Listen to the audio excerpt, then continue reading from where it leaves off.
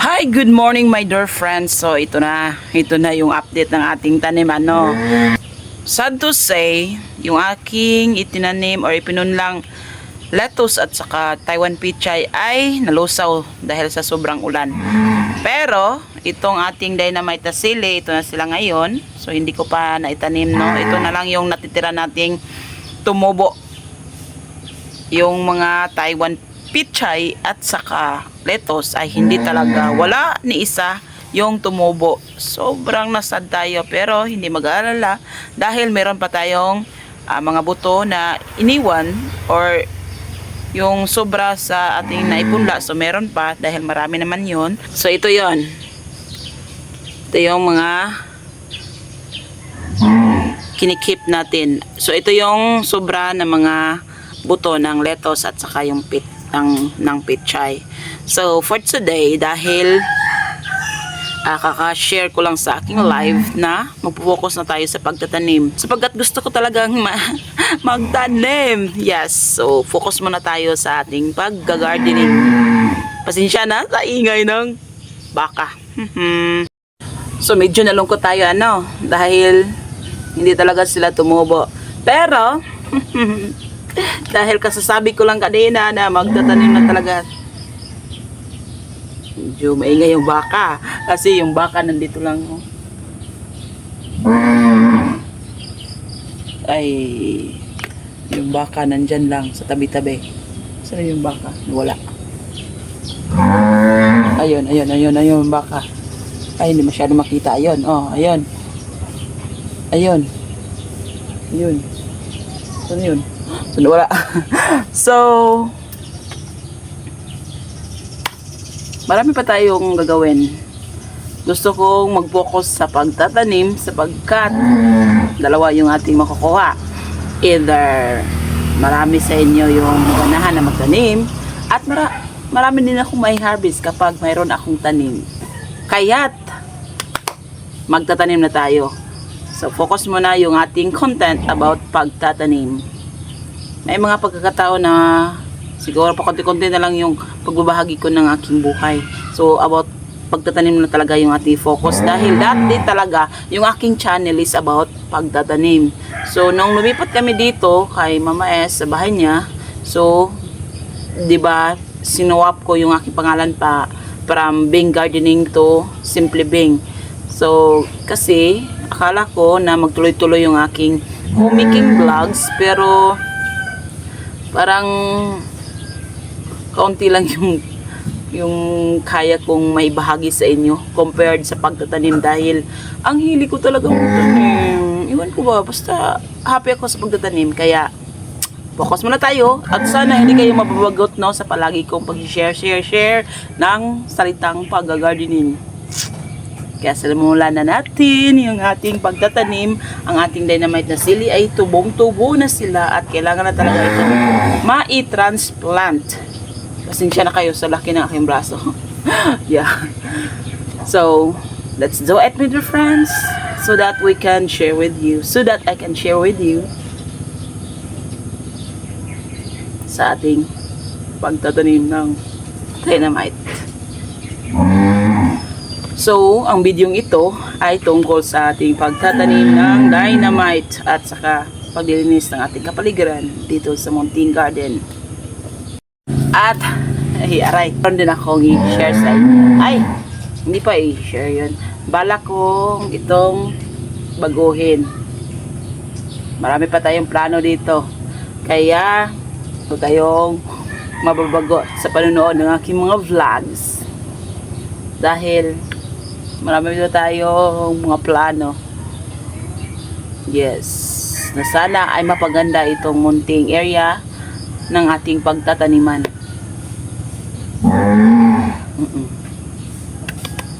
Kaya for today, wala naman ako masyadong maibahagi sa inyo kasi ito naman ay tungkol sa ating paglilipat tanim ng ating dynamite na sili.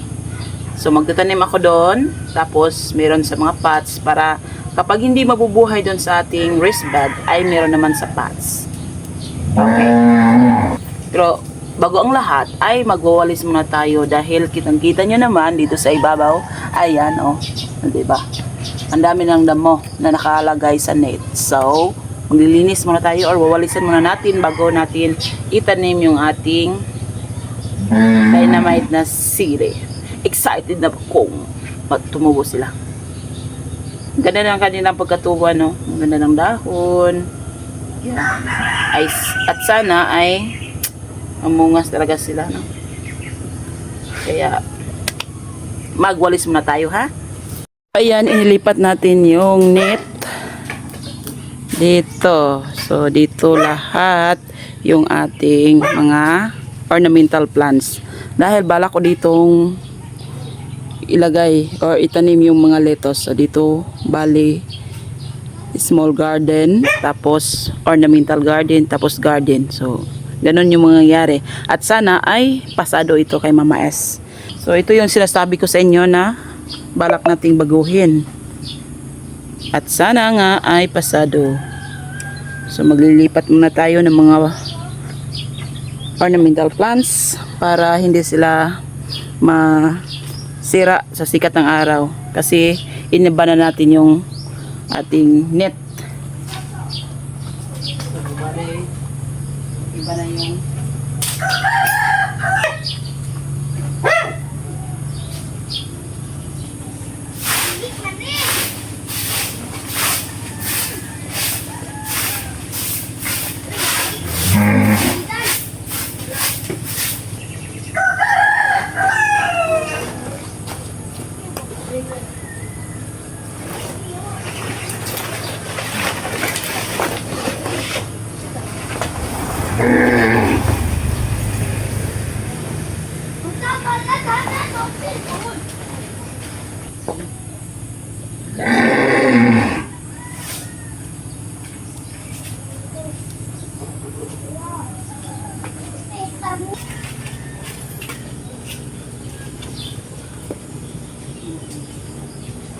with uglap.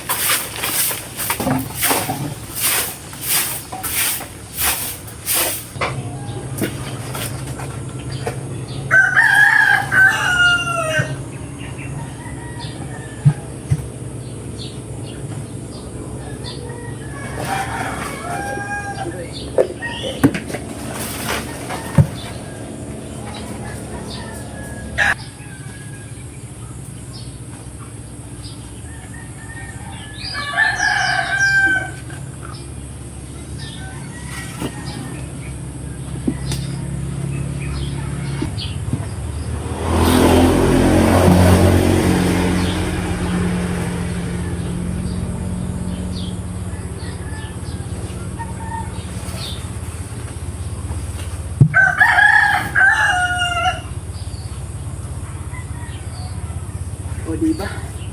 Pinagpapawisan na tayo. So, kailangan dito yung mga ornamental plants. Tapos, yung aquarium, siguro dyan na lang siguro. So, yung mga tanim na yan, yung tanglad ay nilipat natin doon. So, magiging garden, flower garden at saka garden. Let's try that one.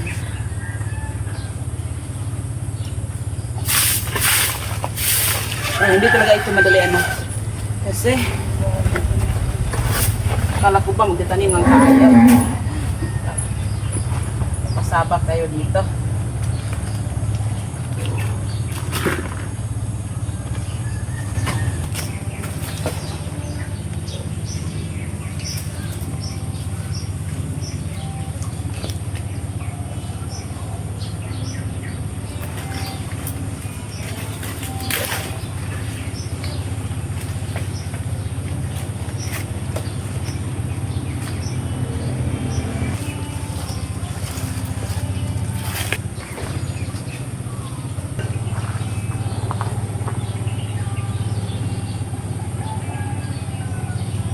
Ano sa tingin nyo? Maganda ba?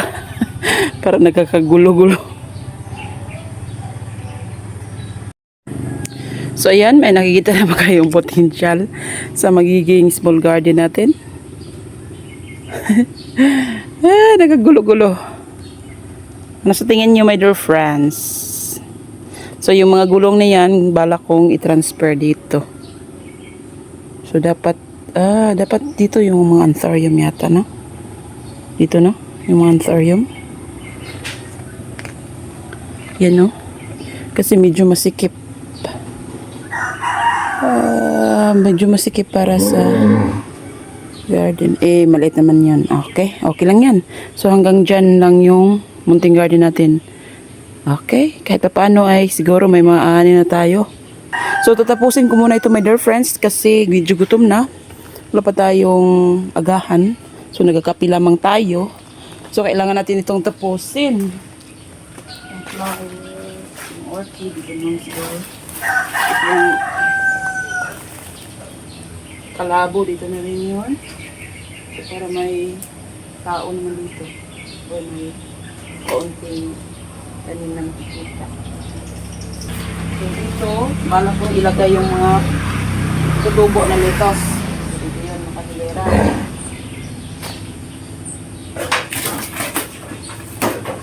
And I do hope pasado ito kay Mama S. So, bakanti muna ito sa ngayon dahil wala pa tayong tanim ng lettuce. So, magpupunla pa lamang tayo. Pero, handa na yung paglalagyan.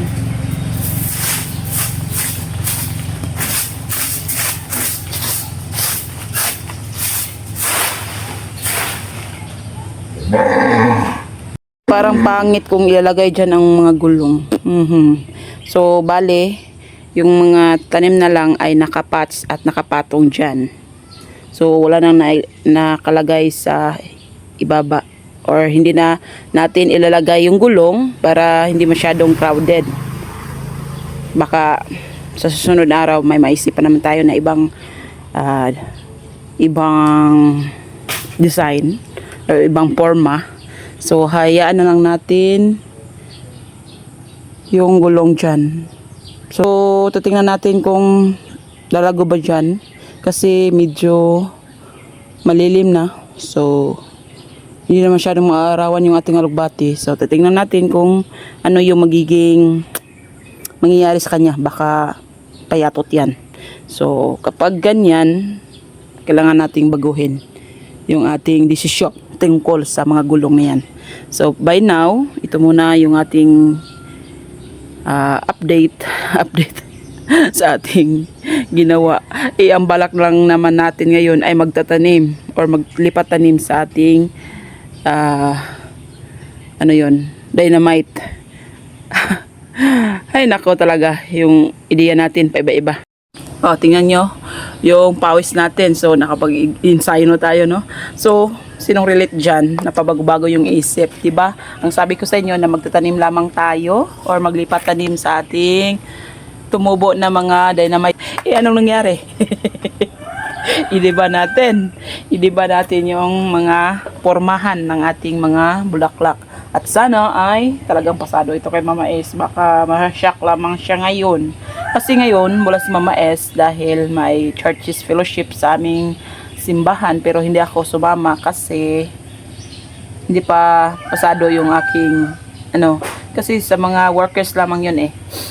So I do hope pasado talaga ito. So for now, wala pa tayong tanim na mailagay dyan. Ay, may dalawa naman, yung tanglad at saka basil or sangig. So dyan lang sila kasi nakapats. So wala muna yung tanim dahil ang balak natin dyan ay yung mga lettuce na ipupunla natin. So pagkatapos kung kumain ng agahan, siguro magpupunla na tayo at yung ating dynamite ay maitanim na. So medyo ang dami na natin pawis So that's it for today. Ay, hindi muna tayo mag-goodbye pala, magtatanim pala tayo. So ayan, katatapos lamang natin kumain ng agahan. So natuyo na yung ating pawis ano. So may ipapakita nga pala ako sa inyo, my dear friends, yung ating ficus plant or baliti kasi yung tawag dito sa amin. So ito yon. So di ba naipakita ko sa inyo yung ating ginawang pagbubonsai. So ito na yung kanyang resulta. May mga tumubo na ng mga dahon. So hindi pa natin yan gagalawin kasi medyo maliit pa yung kanyang mga sanga. So ito yung isa. Ayan. Oh, dumi. So madami na ang mga sangang tumubo. So kailangan natin itong, so ibang vlog naman ito ha. So hindi natin siya gagalawin muna ngayon dahil sa susunod na lang na araw kasi ngayon ay ayan na, kumalbo na. Oh, so wala nang mga tanim. So kinuha na natin. Tapos 'di ba sabi ko kanina na pagkatapos nating kakain ay magtatanim na talaga tayo sa ating dynamite na sili. So let's do it and let's have fun while planting our dynamite sili. And as you can see medyo malinis-linis na kung titingnan natin dahil nakapagwalis na tayo. At ito yung ating ginawa. So dito ko inilagay yung anthurium natin. Ang anthurium ni Mama S ay kailangan na siyang i-repair. Sa ngayon ay dyan lang muna sila. Dyan natin sila in hilera or nilenya para hindi masyadong mainitan doon. Dahil doon wala nang net na nakaharang kasi nandito na. So dito banda. Yung init. Yung net. So hindi sila masyadong mainitan.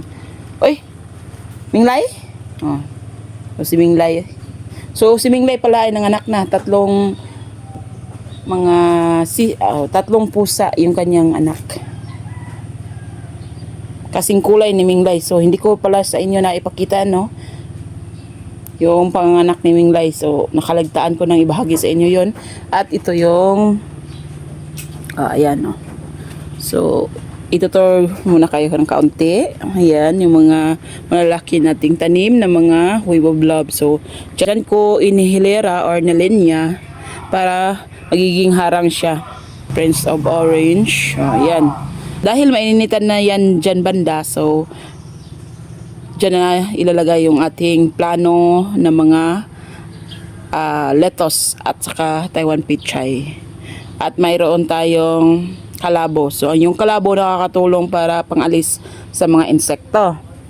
At ngayon, madami na tayong daldal so magtatanim na talaga tayo. So doon natin ito tanim sa rest bed na iyon na may okra. Kasi dito yung gabi. So dyan natin ilalagay. Minglay. Minglay. Asa ka? So dito natin ilalagay or itatanim. So may okra dito. Ito yung okra. So ililipat natin yan sa rest bed na ating pagtataniman ng dynamite na sili. So ito-transfer natin ito. Kasi kawawa siya dito. Nag-iisa lang. Tapos tag-ulan na. So baka malanta siya. So kailangan nating i-transfer. Ito natin ang itong mga okra.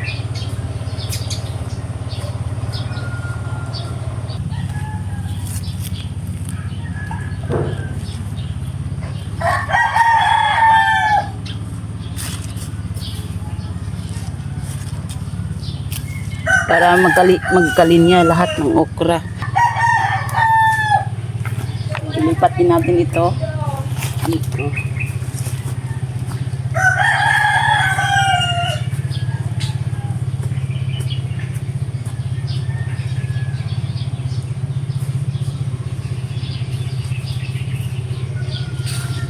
Dito na ang simula ang ating paglilipat tanim sa ating dynamite na sili. Sana ay tumubo talaga ito, no?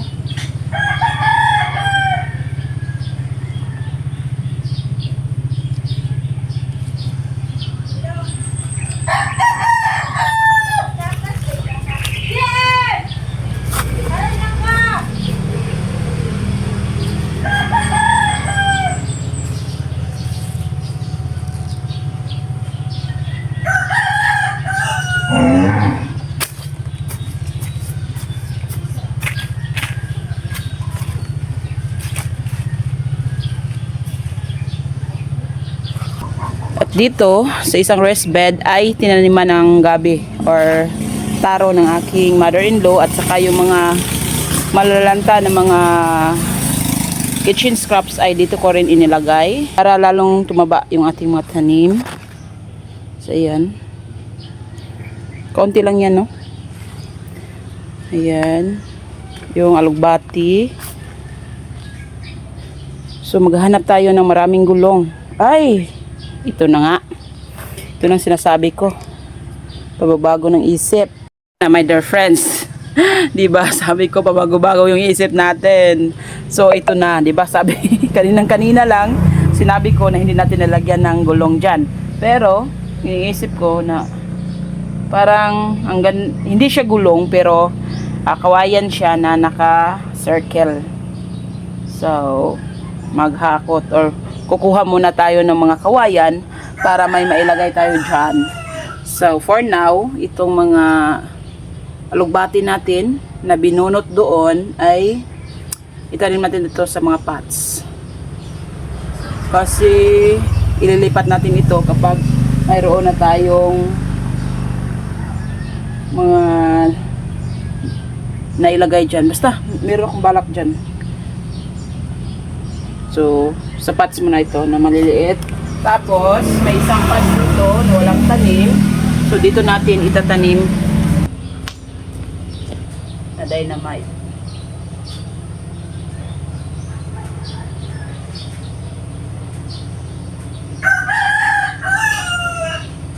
So dahil bago lamang siya na itanim, so dito muna natin siya ilalagay sa hindi masyadong makita ng araw. May sinag na pero hindi siya masyadong masasaktan sa sikat ng araw. So mayroon tayong plano dyan. Sana ay magkakatotoo.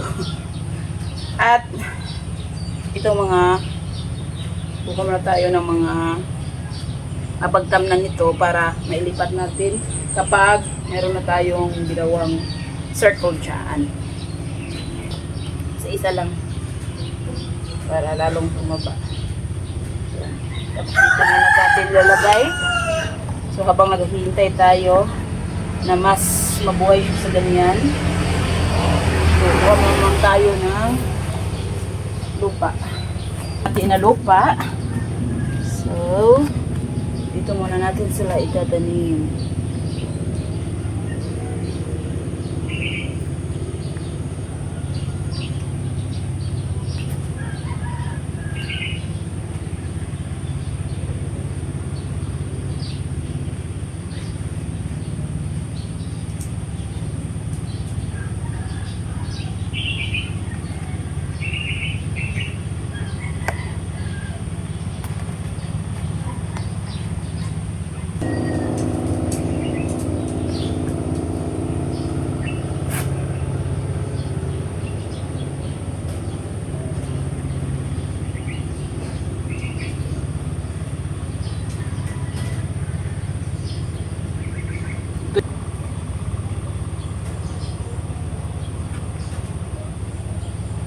So,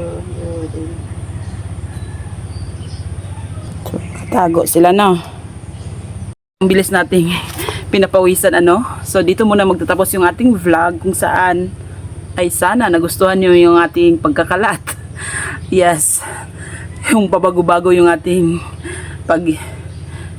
pagbabago yung ating desisyon na sana ay hindi kayo mababagot sa mga videos or vlogs ko at sana ay patuloy pa rin kayong sumuporta sa aking munting channel hanggang maabot natin yung ating goal na mamonetize. At sana ay huwag kalimutang mag-like, share at subscribe para updated kayo sa mga panibagong gardening ideas or gardening journey natin dahil gaya ng sinabi ko sa aking live at baski kanina na magfo-focus muna tayo sa pagtatanim dahil namimiss ko talaga yung pagpapawis at saka yung pagtatanim. Hanggang dito na lang. Ito po si Bing